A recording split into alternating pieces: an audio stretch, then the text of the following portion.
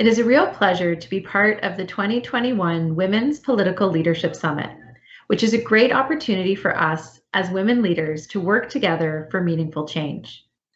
I am grateful to women political leaders for their efforts to increase women's voice and leadership around the world, as well as their contribution as co-leaders with us in the Generation Equality Forum Action Coalition on Feminist Movements and Leadership. The global pandemic has given all of us a chance to pause and rethink how we do things. Amid the disruption caused by the crisis, there is a glimmer of hope and opportunity. It is a chance to create societies that are more inclusive of women, girls, and minorities, societies that more truly reflect all of us in the decisions that are made. Progress has been made. The number of women participating in politics has improved significantly around the world. In the last 2 decades, the percentage of women parliamentarians worldwide has nearly doubled. But there is still so much work to do, and this is the time to break down barriers to making further progress. We need to counteract the effects of the pandemic, reversing the hard-won gains in gender equality and development. One of the most effective ways is to work through women's rights organizations, human rights defenders, and women peace builders, who are all facing additional challenges in defending and promoting the rights of women, girls, trans, and non-binary people. That is what the Generation Equality Forum and the Feminist Movements and Leadership Action Coalition are doing.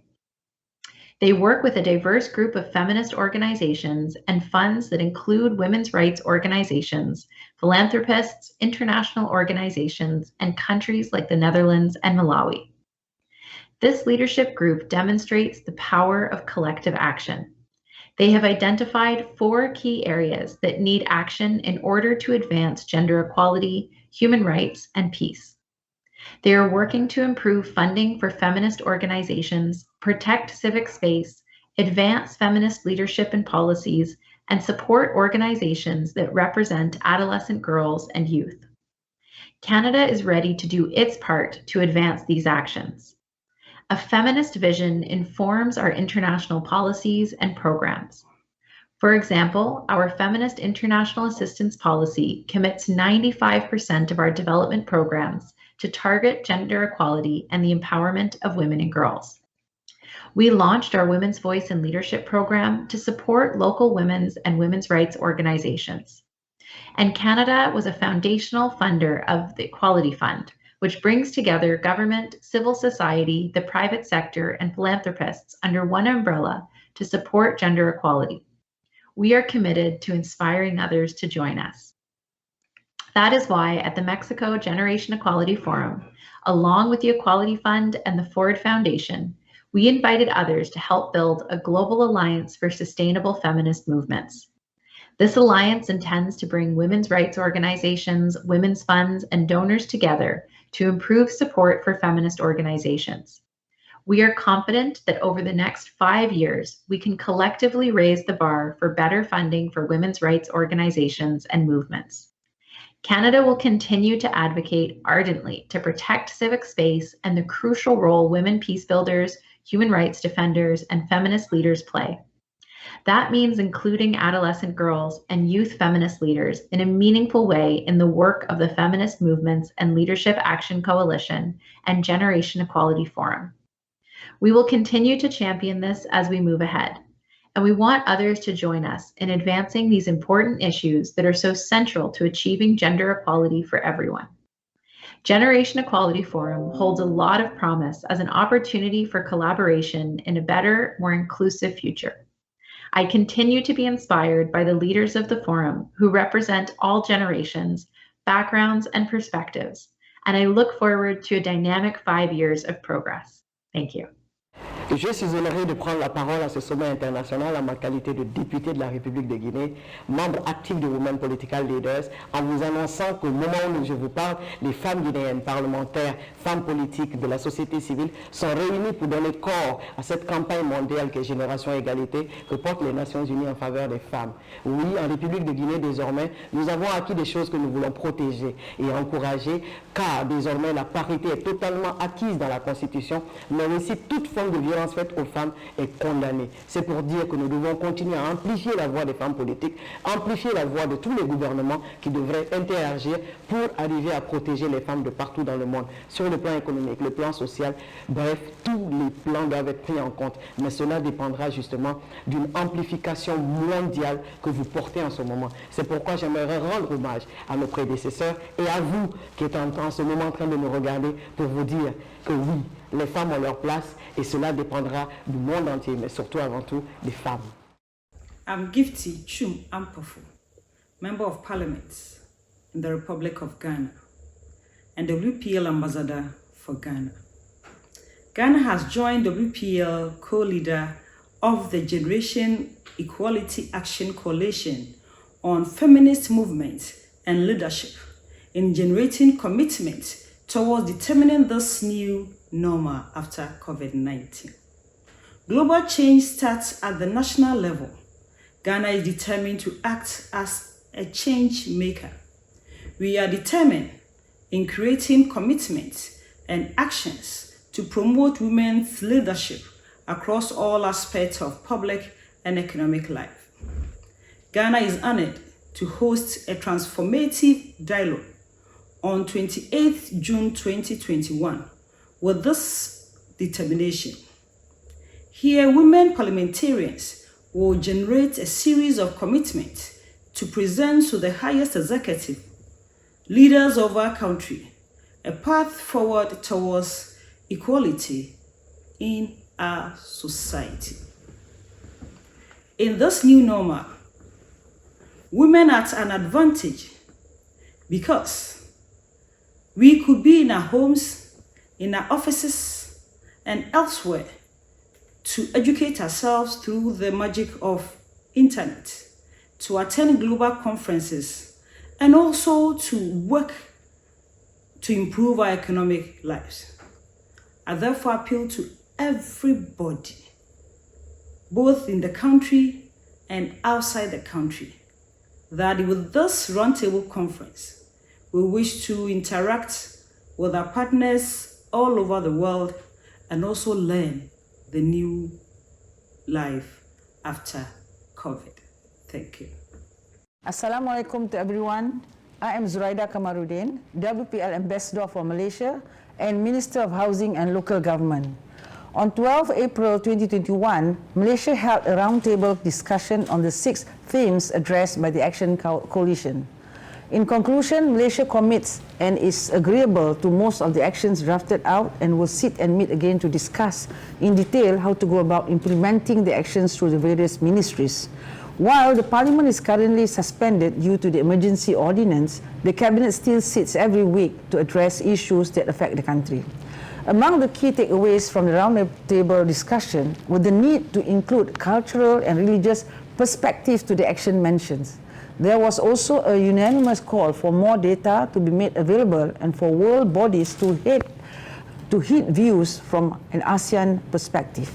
Malaysia is concerned that the care economy and informal workforce are not given recognition and are undervalued.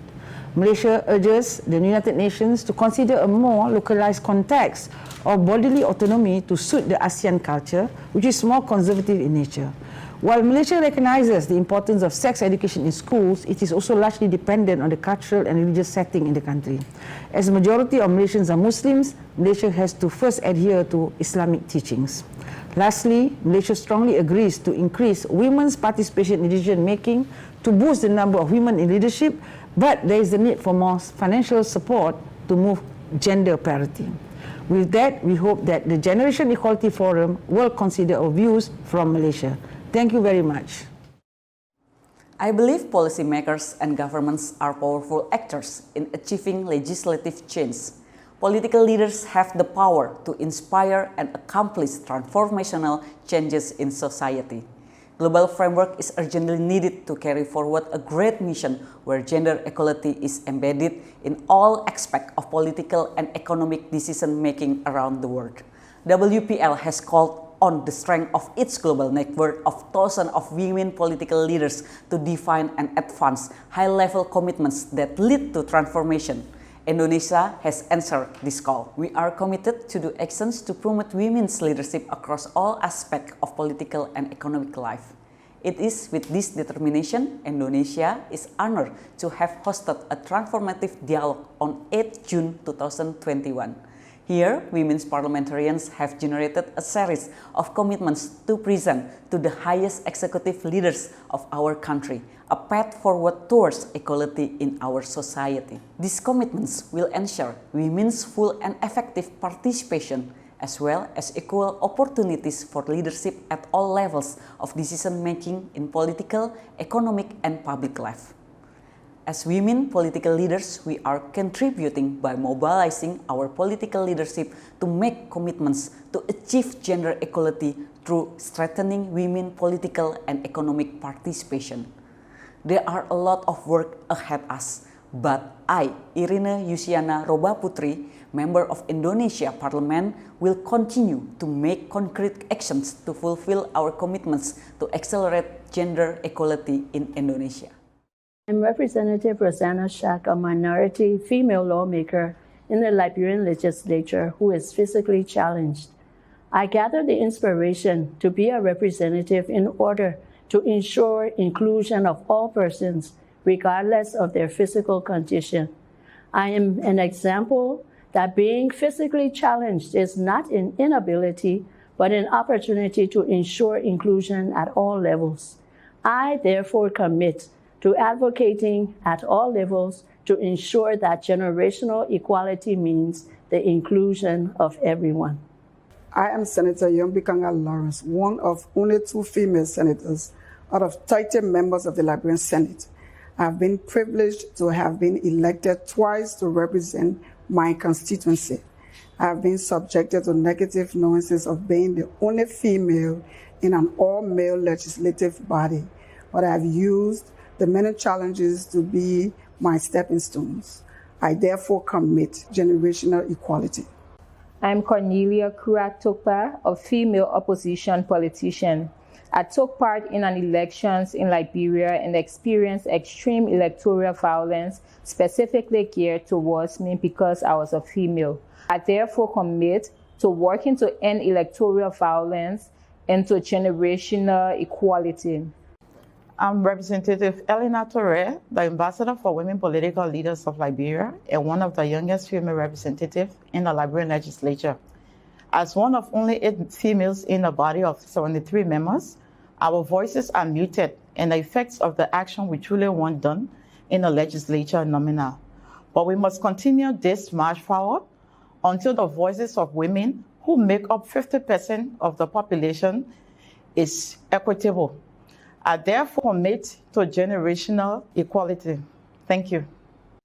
I am Representative Larry P. Yonkoi, a true he-for-she champion in the Liberian legislature.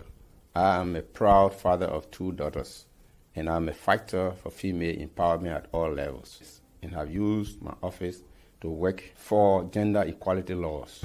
I therefore commit to supporting generational equality. Thank you. Les saludo con gusto, soy Marta Delgado Peralta, subsecretaria para Asuntos Multilaterales y Derechos Humanos de la Secretaría de Relaciones Exteriores de México. Les envío un cálido saludo de parte del presidente de México, Andrés Manuel López Obrador, y del canciller Marcelo Ebrard, secretario de Relaciones Exteriores. En un mundo donde las mujeres y las niñas representan más del 50% de la población, su bienestar es indispensable para garantizar un mundo sostenible y en paz. Por ello, como Estado mexicano, estamos comprometidos con la igualdad de género. La celebración de esta cumbre de mujeres líderes políticas es una ocasión muy propicia para enfatizar que para que exista una sociedad igualitaria, las mujeres y niñas deben tener acceso a las mismas oportunidades que los hombres en todos los lugares de la vida pública. Ejemplo de ello es que en México aprobamos la reforma constitucional que garantiza la paridad de género en los 3 órdenes de gobierno y en los 3 poderes de la Unión en 2019. Tenemos también la convicción de que Con la representación paritaria, las decisiones públicas se enriquecen y se acelera el paso hacia la transformación de México con un nuevo reto: transitar de la paridad representativa a una paridad sustantiva, es decir, la paridad en acción. Nos encontramos en un momento histórico y político que exige gobernar para que nadie se quede atrás y nadie se quede afuera, en una lógica de eliminar la exclusión, el rezago, las condiciones que han vivido las mujeres históricamente, que son de discriminación.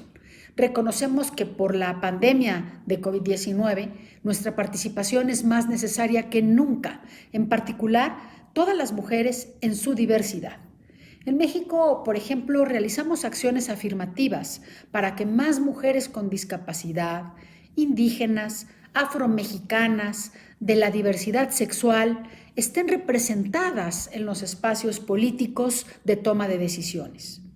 Por eso asumimos a México como un gobierno que tiene una política exterior feminista. Hemos llevado a cabo una serie de acciones orientadas a alcanzar la igualdad sustantiva entre mujeres y hombres, tanto a nivel internacional, pero también a nivel nacional. Desde enero de 2020, México cuenta con esta categoría de política exterior feminista porque estamos convencidos de que esta política apoyará los esfuerzos nacionales para lograr el bienestar y el desarrollo integral que necesitamos las mexicanas y los mexicanos en condiciones de igualdad y no discriminación. Prueba de ello es la celebración del foro Generación Igualdad en México en el pasado mes de marzo y de su segunda edición de clausura que tendrá lugar en Francia a finales del mes de junio. La edición en México involucró más de 13,000 participantes, más de 250 ponentes de 85 países del mundo. Nos complace mucho, por eso, estar en este espacio con personas líderes que siguen sumando esfuerzos por la generación igualdad. Gracias a todas las partes, porque con su apoyo han coadyuvado a generar compromisos en el marco de este foro que van a ser presentados en París. Todo va sumando. Desde México, por ejemplo, lanzamos el compromiso por la Alianza Nacional de Cuidados, que sin duda va a contribuir a que más mujeres puedan seguir aportando todo su potencial en diversos espacios. Agradezco la invitación a esta cumbre de mujeres líderes políticas y reconozco el papel que desempeñan en la coalición de acción de movimientos feministas y liderazgo del Foro Generación Igualdad y su importancia para que más mujeres puedan seguir alzando la voz.